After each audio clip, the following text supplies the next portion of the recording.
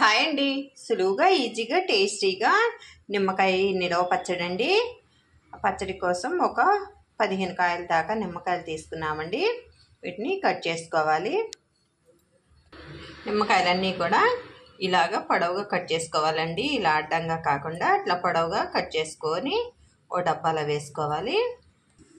కాయలన్నిటినీ శుభ్రంగా కడిగి తుడుచుకొని ఇలా కట్ చేసేసుకొని ఇలాంటి ఒక డబ్బాలో వేసేసుకోవాలి.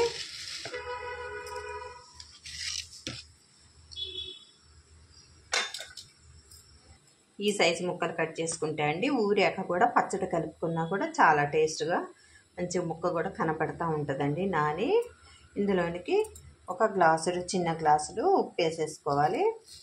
ఉప్పు వేసి మొత్తం కలిపేసుకోవాలి. కొద్దిగా పసుపు కూడా వేసుకొని మొత్తం కలిపేసుకోవాలి. నిమ్మకాయ వాటర్ కోస్తుంటే వచ్చిన వాటర్ కూడా ఇందులోకి పోసేసుకొని మూత పెట్టేసి ఒక 5 days ఉంచుకోవాలండి. 5 daysలో ముక్క అనేది బాగా ఊరిపోయి ఉప్పుతో ముక్క కలిసినప్పుడు కొంచెం వాటర్ కూడా వస్తాయి అందులో. ఒక 5 days తర్వాత చూద్దామండి.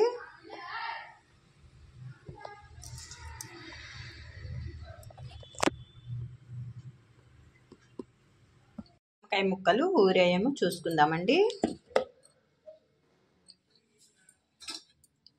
మంచిగా ఊరిపోయాయండి. ఇందులోనికి కారం కలిపేసుకోవాలి. చక్కగా ఊరాయండి.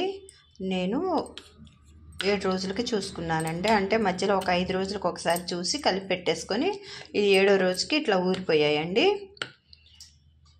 దీనికోసం 15 కాయలు తీసుకొని మళ్ళీ ఒక 7 కాయలు రసం తీసుకొని పోసుకున్నానండి. మంచిగా ఊరిపోయాయి. ఇందులోనికి కారం కలిపేసుకున్నాము. ఈ ముక్కలన్నిటినీ వేరే దాంట్లో తీసేసుకొని ఇప్పుడు కారం అనేది కలిపేసుకుందామండి.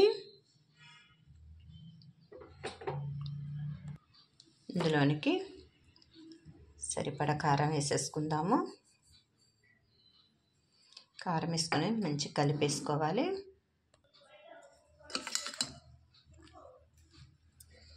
మొత్తం ఈ విధంగా కలిపేసుకోవాలి పైనుంచి కిందికి. స్టవ్ వెలిగించుకొని ఒక ప్యాన్ పెట్టేసుకొని ఇందులోనికి 2 టేబుల్ స్పూన్లు ఆవాలు వేసుకోవాలి. 1 టేబుల్ స్పూన్ మెంతులు వేసుకొని వేయించుకోవాలి.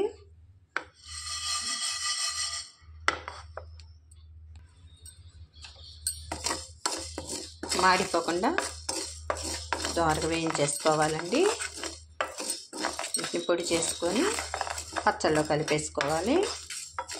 ఈ మెంతుల వల్ల వాసన మంచి సువాసన వచ్చిద్దండి పచ్చడి అనేది. ఆవాల వల్ల మంచి గ్రేవీ తయారయ్యిద్ది.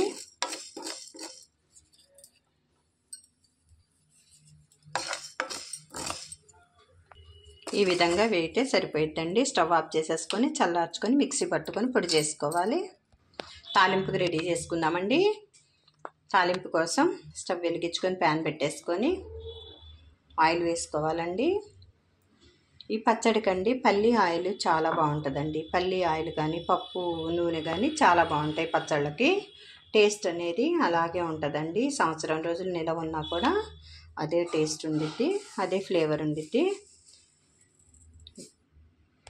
నూనె వేడెక్కిందండి. ఇందులోనికి 1 టేబుల్ స్పూన్ ఆవాలు వేసుకోవాలి.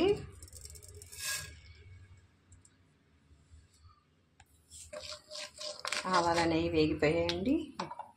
ఇందులోనికి ఒక ఎండుమిర్చి తుంచి వేసుకోవాలి. కొద్దిగా కరివేపాకు వేసుకోవాలి.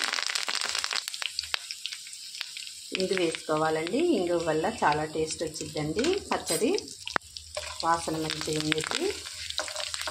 పచ్చడి అనేది చాలా టేస్ట్ వచ్చింది. ఇందులోనికి వెల్లుల్లిపాయలు కూడా ఒక 20 దాకా తీసుకొని ఇట్లా పొట్టు వేసేసుకొని వేసుకోవాలి. స్లో ఫ్లేమ్లో వేయించేసుకోవాలండి. ఈ కరివేపాకు అనేది మంచిగా వేగాలి.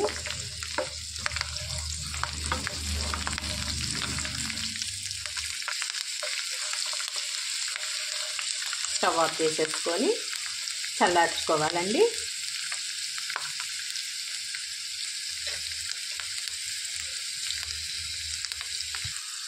తాలింపు అనేది ఇలా మాడిపోకుండా ఇలా ఉండాలండి.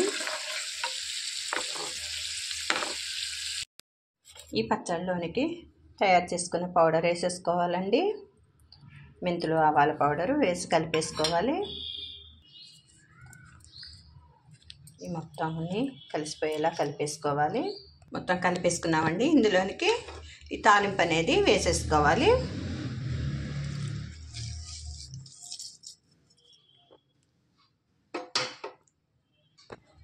మొత్తం ఒకసారి కలిపేసుకోవాలండి, పైనుంచి కిందికి అంతాను.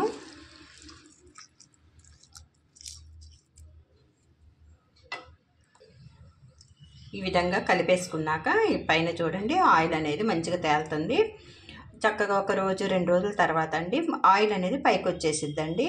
ఇలా తయారు చేసుకున్న పచ్చడిని గాజు సీసాలో కానీ జాడీలో కానీ నిల్వ పెట్టుకుంటే అండి టేస్ట్ అనేది మారదండి. అసలు చక్కగా సంవత్సరం పాటు నిల్వ చేసుకోవచ్చు చక్కటి టేస్ట్తో. ఈ విధంగా తయారు చేసుకున్న పచ్చడిని పెరుగన్నంలోకి కానీ వేడి అన్నంలోనికి కానీ చక్కగా నోరు బాగున్నప్పుడు, జ్వరం వచ్చినప్పుడు, తినాలనిపించినప్పుడు చక్కగా వేసుకొని తినొచ్చండి. 1 సంవత్సరం పాటు నిల్వ చేసుకునే పచ్చడి అండి ఇది. చాలా టేస్టీగా ఉండిద్ది. చాలా సింపుల్గా కూడా తయారు చేసుకోవచ్చండి. సులువుగా, ఈజీగా, టేస్టీగా నిమ్మకాయ నిల్వ పచ్చడి ఎలా మీరు ట్రై చేసి చూడండి. ఎలా వచ్చిందో కామెంట్ చేయండి, సబ్స్క్రైబ్ చేయండి, లైక్ చేయండి. మరో వీడియోతో మీ ముందుకు వస్తానండి. బాయ్ అండి.